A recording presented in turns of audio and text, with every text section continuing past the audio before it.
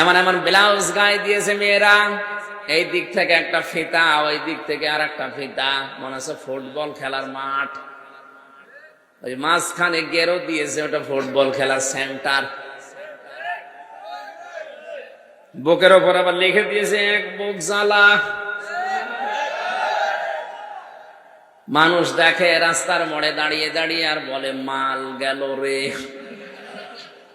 আপনার মেয়ে দেখে, বৌমা দেখে কেউ যদি বলে যে মাল গেল, ওই মালের পেটে আর ভালো মাল আল্লাহ দেবে না।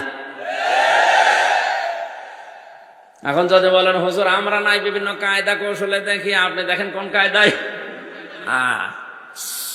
কুষ্টিয়ার বড় বাজার থেকে যদি আমি রিকশায় উঠি, সামনের দিকে তাকিয়ে দেখবেন বিশাল মাঠ পড়ে আছে, পারবেন কি? কতক্ষণ চোখ বন্ধ করে থাকবেন?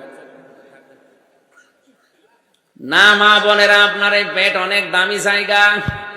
মানুষের চোখের নজর কিন্তু মারাত্মক। অনেকে বলে হুজুর আমি ভালো নজরে তাকাই, ওটা টাটকা শয়তান। তোর নজর কত ভালো। আব্দুল কাদের জিলানীর জীবনী পড়তে গিয়ে পেয়েছি, ওনার বাবা মসজিদে নামাজ পড়তে এসে দেখে তার বাড়ির কাজের লোকটা স্ত্রীর পোশাক রোদে শুকাতে দেওয়া আছে, এক দৃষ্টিতে নয়নে তাকিয়ে আছে।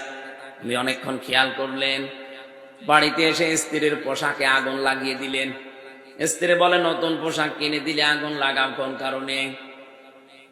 স্বামী ডাক দিয়ে বলে দেখো, নামাজ পড়ে মসজিদ থেকে আসার সময় দেখি বাড়ির ওই কাজের লোকটা তোমার পোশাকের দিকে এক দৃষ্টিতে তাকিয়ে আছে। মানুষের চোখের নজর মারাত্মক। যে পোশাক তোমার শরীর, তোমার লজ্জাস্থান ঢেকে রাখে, ওই দিকেও তাকিয়েছে।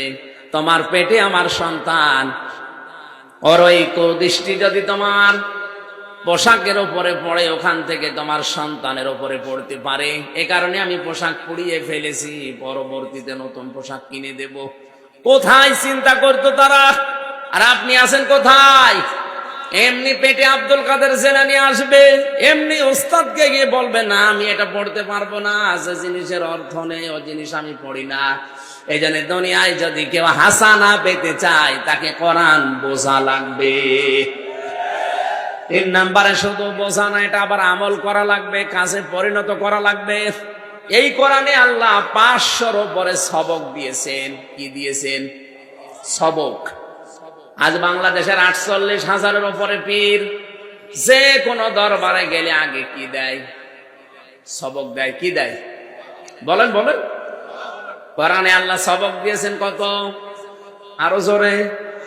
ওই দরবার গুলোতে গেলে আগে সবক দেয় যে হু হু জিকির করবে। অথচ কোরআনে কারিমের প্রথম সবক হচ্ছে ইকরা, পড়। কি বলেন বলেন?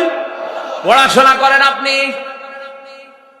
আজ লেখা পড়া নেই, এই জন্য আমরা শিরক আর বেদাতে ডুবে আছি।